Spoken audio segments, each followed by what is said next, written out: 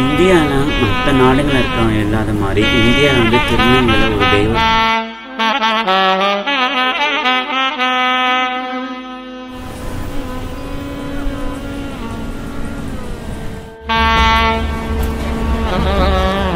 இருக்கலாம். ஏன்னா எங்கெல்லாம் சொல்லுவாங்க எங்களுக்கு இதான் லாஸ்ட்டு ஜென்மம், 7 ஜென்மம்னு சொல்லுவாங்க இந்தியாவில்.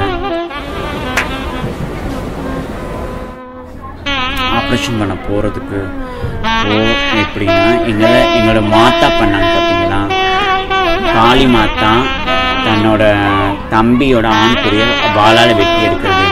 அந்த